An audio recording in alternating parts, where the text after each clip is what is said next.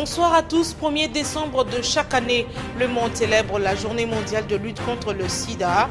Une journée de réflexion et de mobilisation pour des actions d'information, de prévention et de sensibilisation. Dans ce journal, un dossier complet sur cette question de la lutte contre le sida.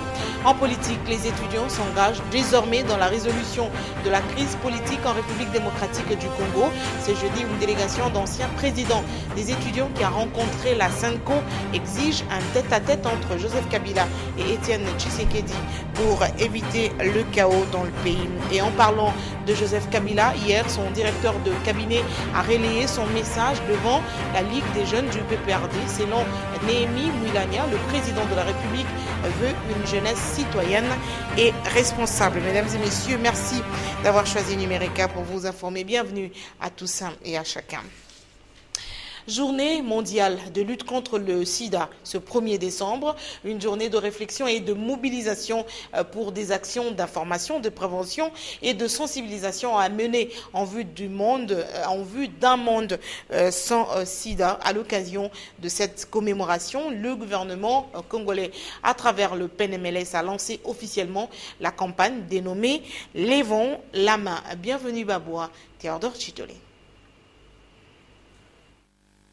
Dans le cadre de la célébration de la journée mondiale de lutte contre le sida, la RDC a une fois de plus réaffirmé sa détermination à parvenir à une génération sans sida. Pour le secrétaire exécutif du PNMLS, il n'est plus que nécessaire d'intensifier la prévention pour barrer la route aux nouvelles infections dues au VIH-sida. Beaucoup d'efforts fournis, couverts de succès, ont été déployés dans le monde. Et des prix Nobel ont couronné des découvertes faites dans des laboratoires complexes et sophistiqués. Ces avancées, tout le monde le reconnaît, ont permis des avancées significatives dans la riposte contre l'infection à VIH. Après le mot du directeur pays de l'ONU-SIDA, la ministre des Affaires sociales a, au nom du Premier ministre, a lancé officiellement les manifestations de la Journée mondiale du sida édition 2016.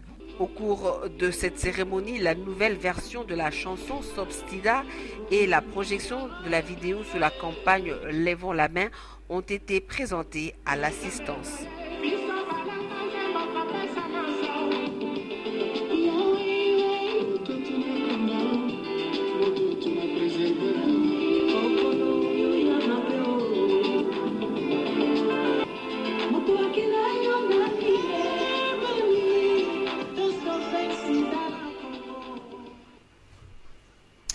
En marge de la célébration de la journée mondiale contre le sida, le collectif des ONG de lutte contre le sida, en partenariat avec Médecins sans frontières, a organisé un flash mob, un concept qui veut simplement dire faire passer un message à travers la danse. Dans le cas d'espèce, il s'agit de la dénonciation de la loi 08/011 du 11 juillet 2008 qui s'érige en obstacle pour les dépistages des mineurs.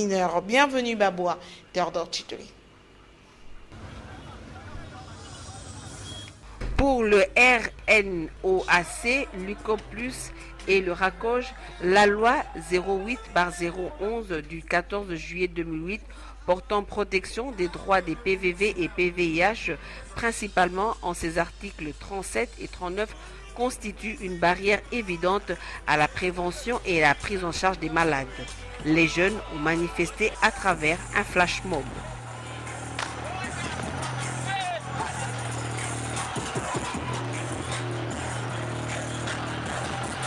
Vous savez, actuellement, les adolescents, avec les différents rapports, ils sont sexuellement actifs déjà à partir de 14 ans. Et deux fois, ils sont hypocrites, ne savent pas dire tout à leurs parents.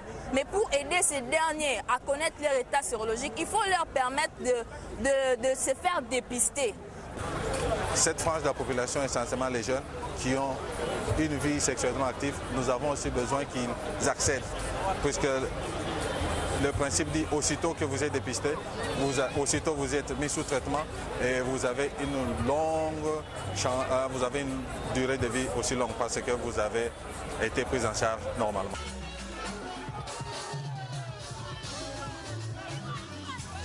L'enquête All-In réalisée par le PNMLS révèle que chaque jour, au moins 4 adolescents congolais de 19 à 25 ans sont infectés par le VIH et qu'au moins 4 adolescents par jour meurent pour des causes liées à l'infection du VIH-Sida.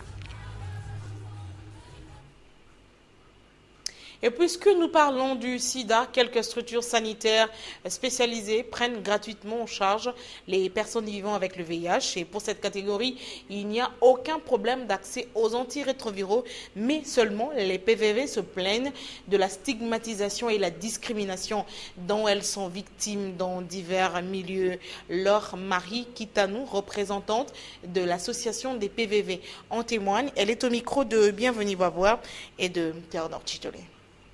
Il y a beaucoup de la stigmatisation et la discrimination pour les femmes PVV. C'est pour cela que les femmes PVVIH ne veulent pas sortir dans la clandestinité, même les jeunes mères, les filles mères.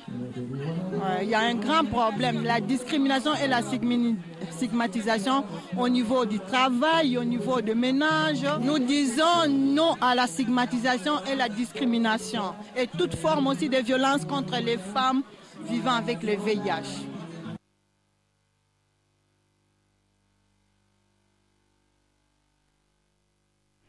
Le dépistage volontaire demeure encore un tabou chez les jeunes. Pour lutter efficacement contre le VIH-Sida, l'implication des jeunes s'avère donc nécessaire. En République démocratique du Congo, cette couche représenterait environ 60% de la population, mais la plupart sont inconscients et non sensibilisés suffisamment sur cette pandémie, constat fait par nos reporters Jefté Kitsita, Serge Mitelezi. Les jeunes, une tranche d'âge majoritaire en RDC, mais le VIH-Sida est selon toute apparence le cadet des soucis pour certains d'entre eux à Kinshasa. Est-ce que vous connaissez votre état sérologique? Personnellement, mon état sérologique, j'en sais rien. Parce que je n'ai pas eu le temps de me faire dépister. Mais je sais que je me porte bien. Je suis sincère, je ne me suis jamais dépistée, mais quand même tu me connais. L'éveil de conscience et la sensibilisation des jeunes s'avèrent alors importants. Le dépistage volontaire est encore loin des habitudes des jeunes quinois. Les quelques rares qui se démarquent ont des raisons avérées. J'aime ma vie et je veux la protéger. J'ai adopté une manière, après 6 mois, je vais voir le docteur ou soit je vais dans un centre pour me dépister volontairement. Moi personnellement, vraiment je le fais. La dernière fois que je l'ai fait, c'était au début de l'année, mais je le fais quand même, je le fais. L'ampleur de la pandémie est une évidence à prendre au sérieux. Les lourdes conséquences du virus dans le système immunitaire, ça, ils le savent presque tous. Et le respect des mesures de prévention reste la règle d'or pour la quasi-totalité de ces jeunes. Bon, j'évite d'utiliser les objets tranchés avec les autres et surtout, j'évite de faire le rapport sexuel sans le préservatif. Je me protège d'abord avec des rasoirs, avec des gens qui font des soins aux mains et tout comme ça, avec des relations avec des garçons. En fait, j'essaie d'abord d'éduquer mon esprit. La première des choses que j'ai fait, éviter de regarder ce qui peut me rapporter des mauvaises choses après. Bon, premièrement, pour éviter d'attraper la maladie du sida. La maladie du sida est une maladie transmissible à travers des rapports sexuels. Les filles actuelles aiment faire des rapports sexuels pour l'argent. Deuxièmement, des outils tranchants. Et surtout les gens de vernis. Le meilleur moyen, c'est l'abstinence. Il faut s'abstenir pour ne pas tomber dans certaines pratiques qui peuvent favoriser d'attraper en fait cette maladie-là. La lutte contre le VIH-Sida passe par une bonne information et communication. Dans les rapports entre enfants et eux, les parents sont conviés à briser le silence ou les tabous, souvent liés au sexe. Sachez qu'en Afrique du Sud, plus de 5000 personnes vont tester un vaccin expérimental contre le sida. Le pays a lancé hier un essai technique dans une quinzaine de centres. Pour la première fois, peut-être, depuis l'identification du virus en 1983, les scientifiques pensent avoir trouvé un vaccin prometteur. Et le choix de l'Afrique du Sud pour tester ce vaccin à grande échelle n'est pas anodin. Le pays enregistre un des taux de prévalence le plus élevé au monde. Venons-en maintenant à la politique. Un deuxième dialogue est-il possible avant le 19 décembre prochain en République démocratique du Congo? Deux délégations, notamment de la SENCO, conduite par son président, et du Canada, conduite par l'ambassadrice, ont échangé hier avec le président du Conseil des sages du Rassemblement. Les discussions ont tourné autour d'un rapprochement entre la plateforme de l'opposition et la majorité pour un accord politique plus inclusif. Les prélats catholiques y croient encore. Le reportage est signé Ange Makadi et Jean-Yves Kamali. Les Congolais devraient continuer à faire confiance à la Conférence nationale épiscopale du Congo. Petite phrase du prince de l'Église au sortir d'un long échange avec les présidents du comité des sages du Rassemblement.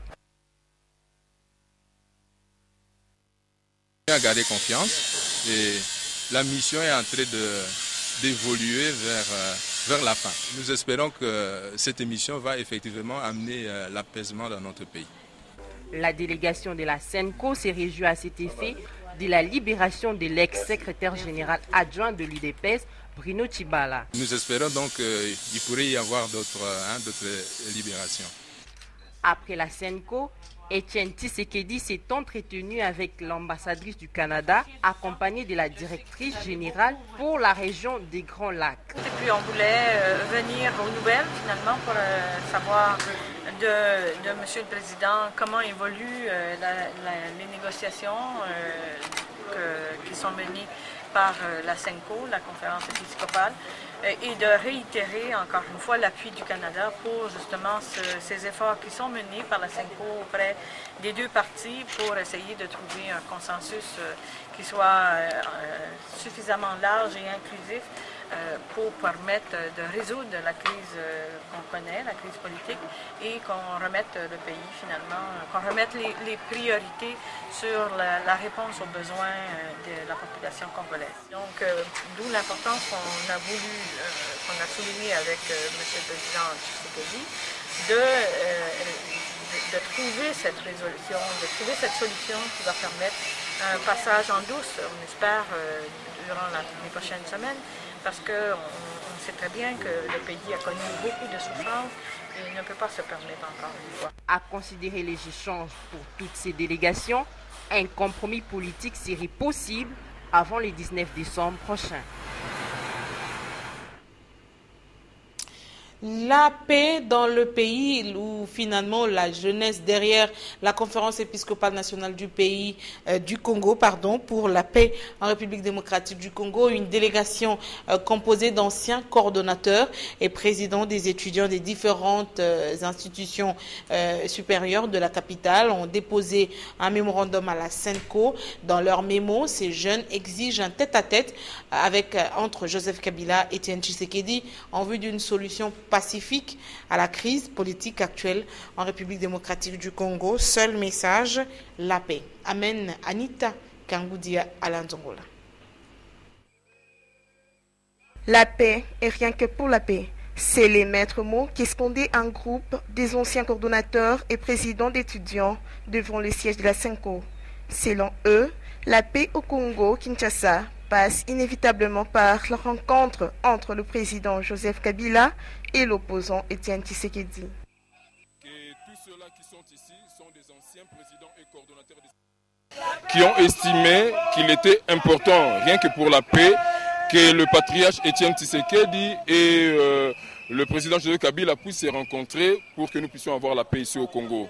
Nous souhaitons à ce que nos deux grands chefs, le président Joseph Kabila, le patriarche Etienne Tshisekedi, se réunissent, qu'ils se mettent ensemble. Si le président de la République, Joseph Kabila, a eu à rencontrer des gens comme le patriarche Gizenga, Jean-Pierre Bemba et j'en passe, pour la paix, alors qu'est-ce qui peut empêcher à ce qu'ils puissent rencontrer Etienne Tshisekedi pour qu'ensemble qu'ils se mettent d'accord pour la recherche de la paix? Nous n'avons pas d'agenda caché, nous n'avons rien d'autre. Nous sommes en tenue blanche, comme vous le constatez. La seule chose qui nous motive, nous, jeunesse qui sommes réunis en ce lieu, c'est la paix. Rien d'autre. L'initiative de ces jeunes est une démarche pacifique. Elle n'a rien à voir avec des mouvements politiques. Ils soutiennent la mission des bons offices que mène la SENCO auprès des acteurs politiques en vue d'une issue pacifique à l'actuelle crise politique. La paix, justement, Joseph Kabila veut une jeunesse citoyenne et responsable. Et la substance de l'adresse du directeur de cabinet du chef de l'État, hier, à la Ligue des jeunes du PPRD, il était question d'interpeller la jeunesse pour la préservation de l'intégrité territoriale de la République démocratique du Congo. La rencontre a eu lieu au ministère des Affaires étrangères, Salon Rouge, dans la commune de La Gombe. Reportage.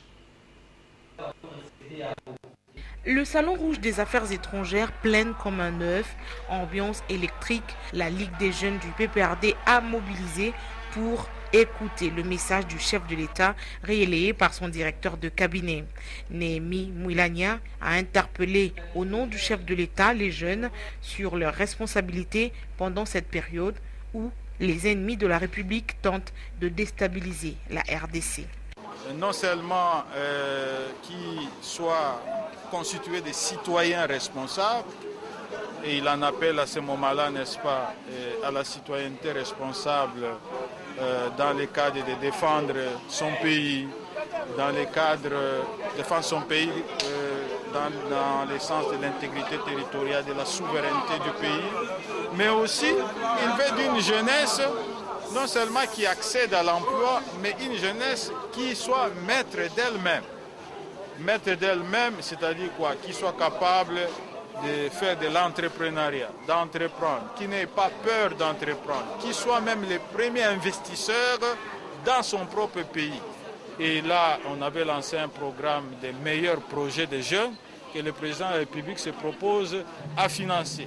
Et ce sont des projets qui viendraient de tous les horizons, puisqu'encore une fois, c'est un programme tout à fait citoyen et national. 3 autres orateurs ont exposé pour expliquer aux jeunes ce qui a été déjà fait pour eux, ce qui se fait, notamment dans le domaine de la formation et de la prise en charge, mais aussi du financement des projets par des microfinances. Les jeunes doivent écrire l'histoire de ce pays à travers la carte d'électeur qui pourrait faire d'eux des électeurs, mais aussi qui peut leur conférer la qualité d'éligible, mais également à travers, in fine, les bulletins de vote qui pourra leur permettre de régénérer cette classe politique. Le message est reçu 5 sur 5 par les jeunes du PPRD. Le secrétaire général du PPRD a demandé aux jeunes de prendre comme modèle Joseph Kabila. Et au sommet extraordinaire de la communauté économique des États d'Afrique centrale, les chefs d'État ont appelé toutes les forces politiques et sociales de la République démocratique du Congo à adhérer à l'accord politique signé le 18 octobre dernier, un accord qui prévoit la tenue de l'élection présidentielle en avril 2018. Il était réuni à Libreville au Gabon pour un sommet contre le terrorisme et pour la paix civile en Afrique centrale. Les chefs d'État et de la CEAC ont pris note des différentes élections organisées en Afrique centrale en 2016 et des tensions qu'elles ont suscitées. Ils ont demandé à toutes les parties prenantes de privilégier le dialogue, la concertation et les voies de recours pacifiques. Sur le plan sécuritaire, la conférence a félicité le Cameroun et le Tchad pour la coopération exemplaire dont font montre le cadre de la force multinationale mixte en collaboration avec le Niger et le Nigeria pour la lutte contre le groupe terroriste Boko Haram, indique le communiqué final.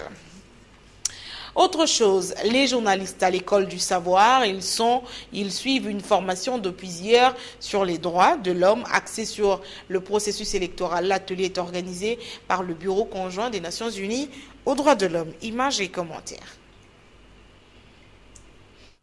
C'est un échantillon des journalistes de Kinshasa qui prend part à cet atelier.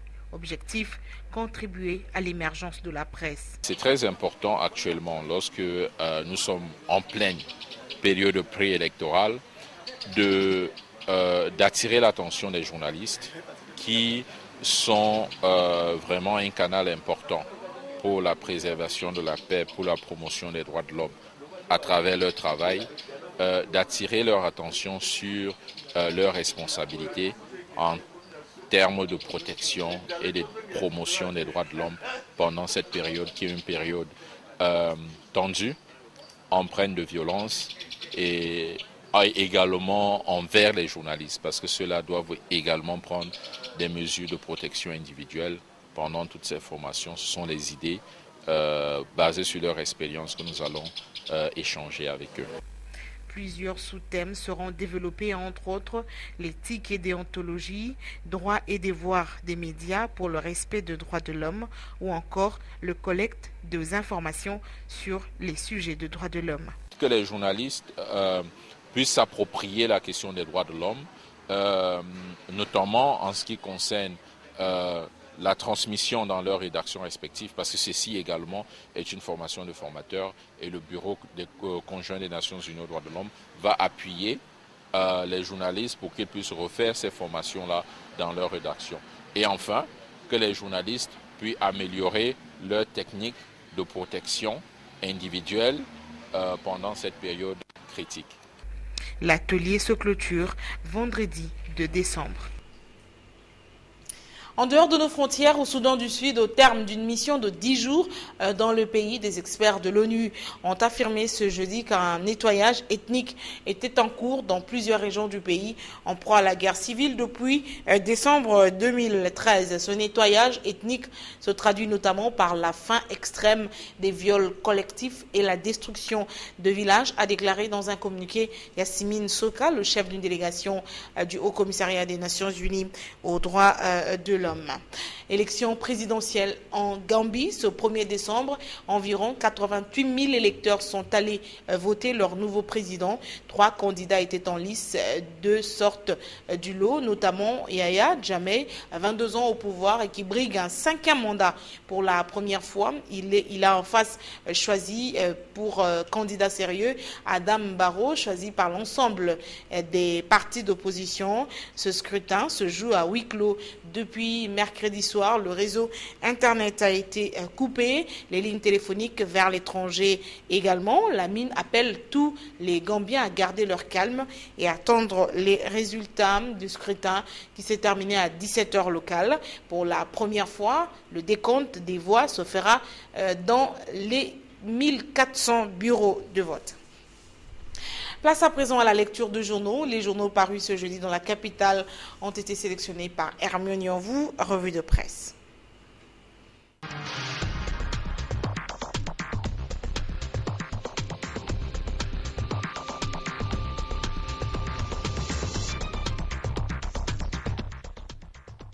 Les appels au calme se multiplient auprès de la base. Forum des As titre « Démocratie ne rime pas avec violence ».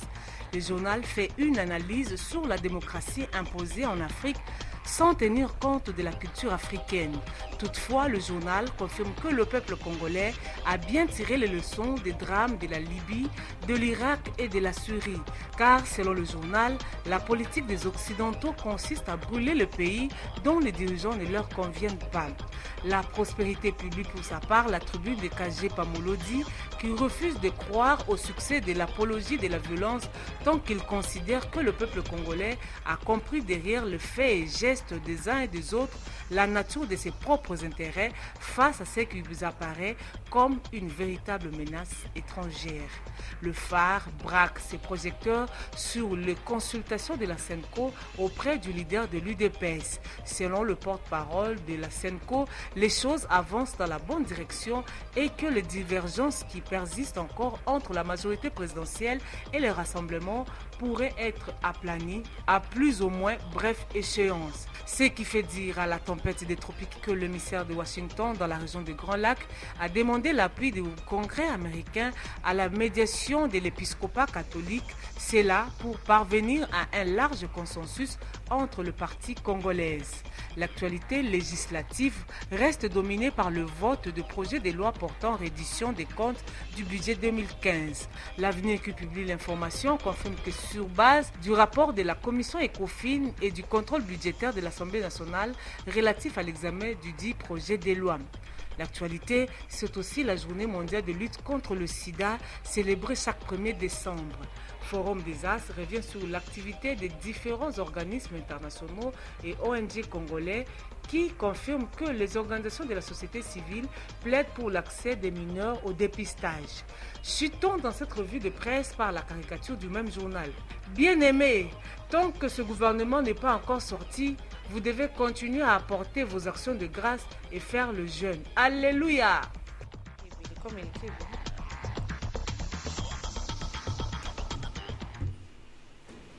Ainsi donc se termine cette édition, mesdames et messieurs, sur les antennes de Numérica Télévision. Merci beaucoup de nous avoir suivis. Ces remerciements, c'est au nom de toutes les personnes qui ont produit ce journal.